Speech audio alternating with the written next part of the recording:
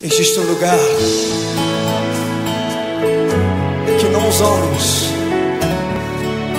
mas Deus, só Ele pode te levar.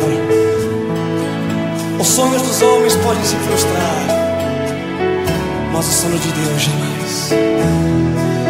Há um lugar pra chegar, há uma ponte que te levará pro outro lado. Há um sonho, uma voz dizendo: os teus sonhos também são meus. Vou te levar, te conduzir.